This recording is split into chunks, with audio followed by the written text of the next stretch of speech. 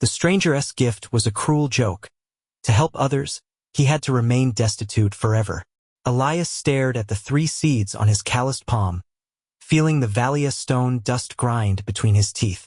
For months, that dust had been their only meal.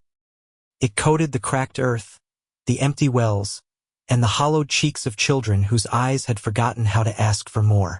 Before him stood the stranger, wrapped in a traveler's cloak, her face hidden in the shadow of her hood. She had not asked for water or bread. There was nothing to ask for in this valley.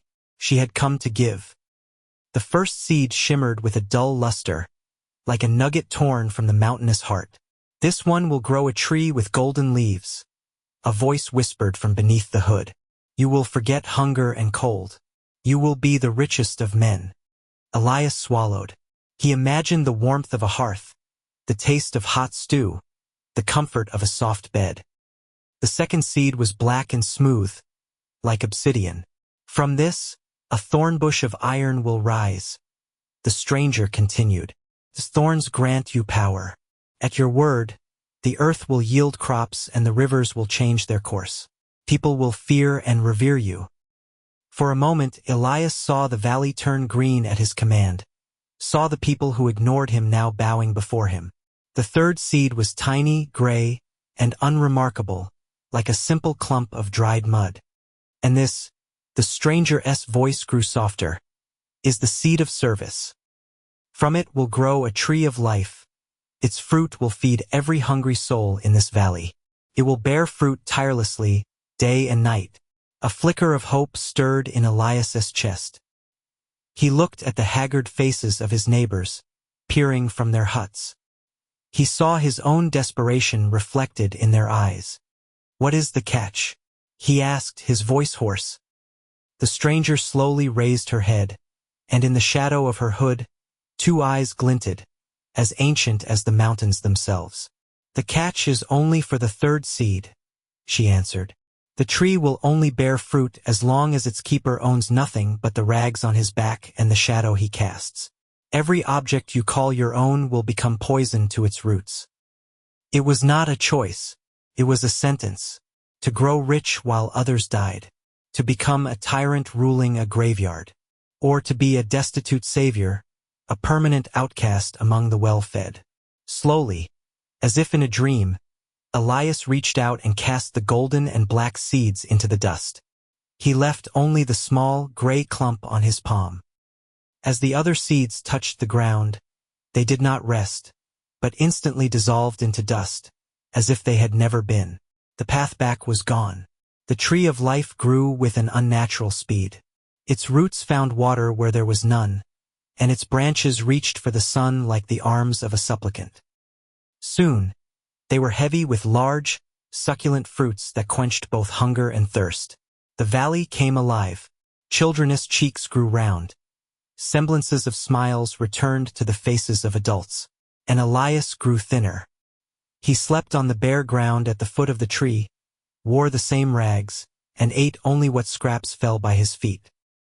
He was the guardian of another's abundance, a ghost at their feast. At first, the people thanked him. Then they pitied him. Soon, they simply grew accustomed to him. He became part of the landscape, a strange, pitiful condition for their well-being. They would avert their eyes as they passed, as if his poverty were a disease. Only a little girl named Leah, whose eyes still remembered the hunger, would sometimes bring him a cup of water or just sit beside him, silently sharing his solitude. One day she came with a gift. It was a simple but skillfully woven willow basket. "To make it easier for you to gather the fruit for us," she whispered. Elias looked at the basket, and something inside him broke. In all these months, he had held nothing that was not meant for others. This item was for him, a sign that at least one person saw a man, not a condition. He accepted the gift, and for the first time in a long time, his heart filled with a quiet, warm joy. It was his basket. He gently placed it at the roots of the tree. At that very instant, the highest leaf on the tree of life turned yellow and, spiraling slowly, fell to the ground. Then another, and another. A wave of ice-cold panic swept through the valley. The people looked in horror at the withering tree, and then their gazes, filled with fear and fury, turned to Elias. Someone noticed the new basket at his feet. "It's him," a voice screamed. "He broke the pact. He desired something for himself." The crowd, well-fed and complacent only moments before, turned into a pack of starving wolves. They surrounded Elias, their faces contorted with rage. "Burn it!" they yelled, pointing at the basket. "Get rid of your greed." In desperation, Elias grabbed the basket, ready to hurl it into a fire.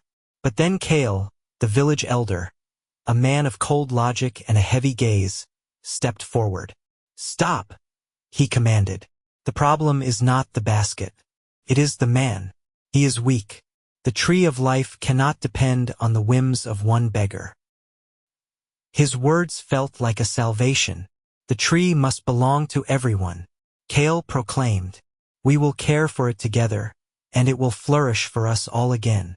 The idea, simple and seductive, seized the crowd instantly. With a roar of approval, they shoved Elias away from the trunk, declaring the tree their common property. For a brief moment, Elias thought he was saved, that the burden had been lifted from his shoulders. But it was a trap. The moment the tree ceased to belong to no one and became theirs, their dormant greed awoke. They immediately began to argue over who would get the first fruit, how to divide the harvest, who would stand closest to the trunk. Their shouts, filled with avarice, echoed through the valley. And then the tree died. Not slowly, not by withering. It simply turned to gray ash.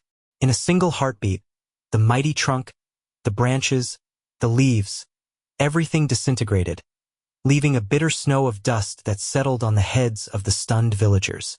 A dead silence fell over the valley. Elias fell to his knees. His sacrifice had not only been in vain, it had led them all to ruin. He sat on the ash-covered ground and stared at his empty hands. Around him stood the people, their faces gray with ash and horror. They had lost everything, and it was his fault. He looked over at Leah. The girl was not crying for the lost food. She was crying for him, and in that moment Elias understood. The curse was not in ownership. It was in attachment. The stranger's gift had flowed through him as long as he was merely an empty vessel. The moment he wanted to hold onto a single drop for himself, the warmth of gratitude embodied in the basket, the flow had ceased. And when the people had tried to possess the source itself, they had destroyed it. The poverty the stranger spoke of was not of empty pockets. It was of empty hands that hold nothing for themselves. He slowly rose to his feet. The crowd parted, expecting curses or pleas. But Elias walked to the spot where the tree had stood and knelt. He scooped up a handful of ash, walked to Leah, and handed her the basket. "A gift cannot be kept," he said quietly, his gaze sweeping over all the villagers, "can only be passed on." He then opened his palm, and a thin stream of ash trickled onto the barren earth. And where the first speck of ash landed, a tiny green sprout pushed through the soil. Then another and another. The miracle did not return as a single tree. It returned by spreading across the entire valley. The dead, gray land began to flush with a timid green. Elias stood in the middle of the reawakening field, the same man in rags. But he was no longer the destitute keeper of another's paradise. He was simply a part of a world that had learned to receive and to release. The stranger's gift was indeed a cruel joke. It had condemned him to poverty so that he could show the world what true wealth was.